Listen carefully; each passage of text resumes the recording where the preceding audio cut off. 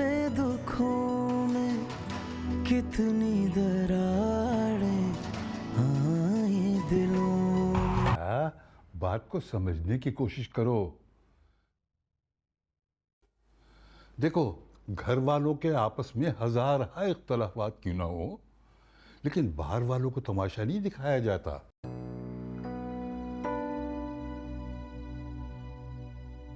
अब तुम नहीं जाओगी तो बात बाहर निकलेगी बेटा। देखो ना, अभी इस बुढ़ापे में अपने बाप को क्यों शर्मिंदा करवाना चाहती हो?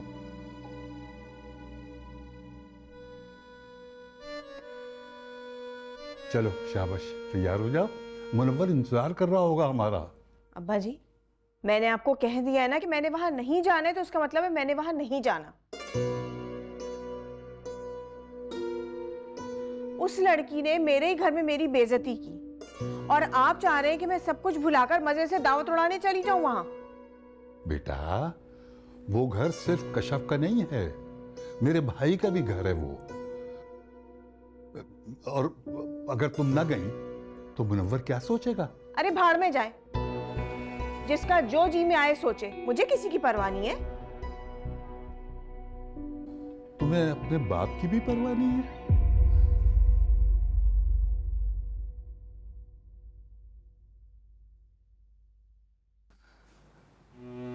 तो बेटा, मैं तुम्हारे आगे हाथ जोड़ता हूं। मुझे अगर तुम कहो तो मैं पाँव भी तोड़ने को तैयार हूं। बाजी, आपको खुदा का वास्ता है, बाजी को और तंग मत करें। बाजी, सुबह से वैसे ही इनकी तबीयत ठीक नहीं, आप प्लीज अब्बा जी की खातिर तैयार हो जाए, प्लीज बाजी।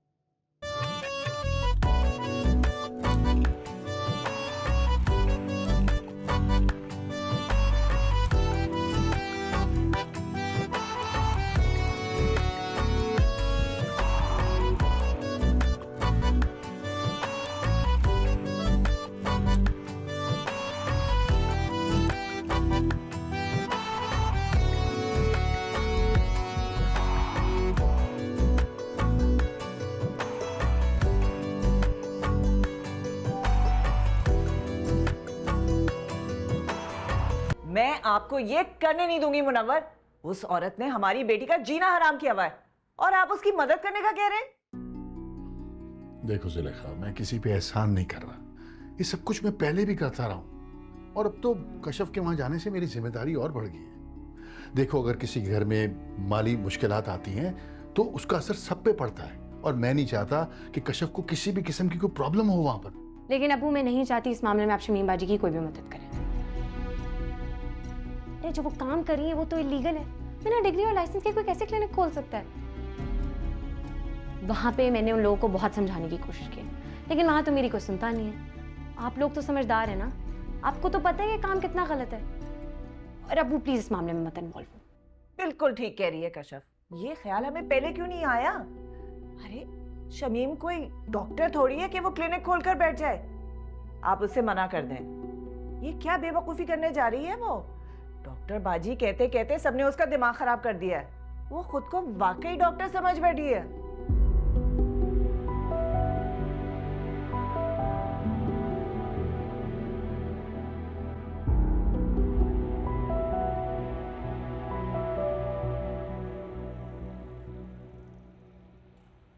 अरे मुनव्वर, तुमने क्यों जहमत की?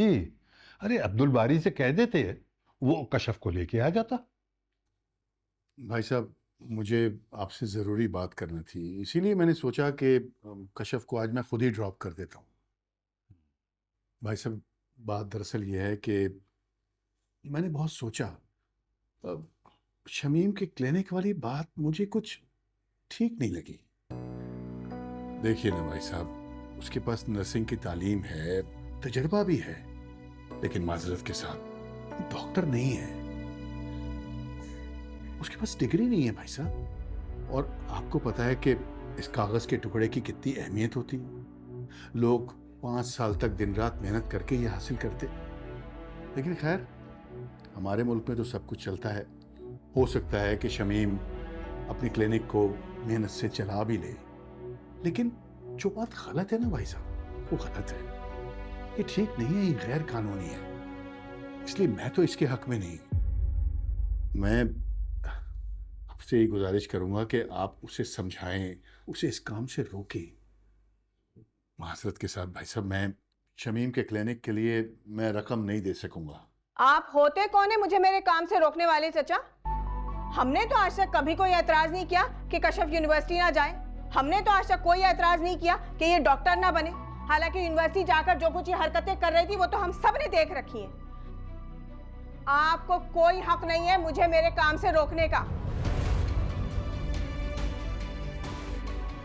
एक बात याद रखिएगा चाचा जान, मैंने ना आज तक आपकी बहुत इज्जत की, मगर अगर आप अब अपनी बेटी की बातों में आकर ये सब हरकतें करेंगे ना, तो बहुत माजरत के साथ मुझसे आप कोई मुरम्मत की उम्मीद मत रखिएगा। अगर मेरा क्लिनिक नहीं खुला ना, तो आपकी बेटी भी कभी डॉक्टर नहीं बन सकेगी, बल्कि अब से ये यूनिवर्सिटी भी नहीं जाएगी। ये क्या कह रही हो शमीम, तुम होश में तो हो? मैं बिल्कुल होश में हूँ, बल्कि अब जरूरत आप दोनों बाप बेटी के होश ठिकाने लगाने की है। भाई कैसी बातें कर रही हो तुम? अंदाज देखा तुमने बात करने का? मेरे अंदाज को छोड़े, आप अपनी बेटी की हरकतों पर जरा नजर रखें। जब से इस घर में आई है, हमारे घर का चैन सुकून बर्बाद हो गया है। अरे पता नहीं किस तरह की आपने इसकी तरबियत की है, ना इसे किसी छोटे का लिहाज है ना बड़े का। हर मामले में ये टांग अड़ाती है। खबरदार जो कशफ को बीच में लाई तुम। क्यों ना लाऊं इसे बीच में? वैसे बिल्कुल बीच में लाऊंगी, क्योंकि सब कुछ इसकी वजह से हो रहा है। इसने आपको पट्टी पढ़ाई जो रातों रात आपका फैसला तब्दील हो गया, वरना कल तक तो आप अब्बा जी को पैसों की ऑफर कर रहे थे। शमीम, शमीम, खुदा के लिए चुप हो जाओ। मैं बिल्कुल चुप नहीं होंगी अब्बा जी, बिल्कुल चुप नहीं होंगी। बहुत फायदा उठा लिया बाप बेटी ने हमारी खामोशी का। एक बात याद रखिएगा चाचा जान, अगर मेरा क्लिनिक खोलने का ख्वाब पूरा नहीं हुआ ना, तो आपकी बेटी का भी डॉक्टर बनने का ख्वाब कभी पूरा नहीं होगा। भाई साहब क्या हो गया इसे? कैसी बातें करके गई है ये?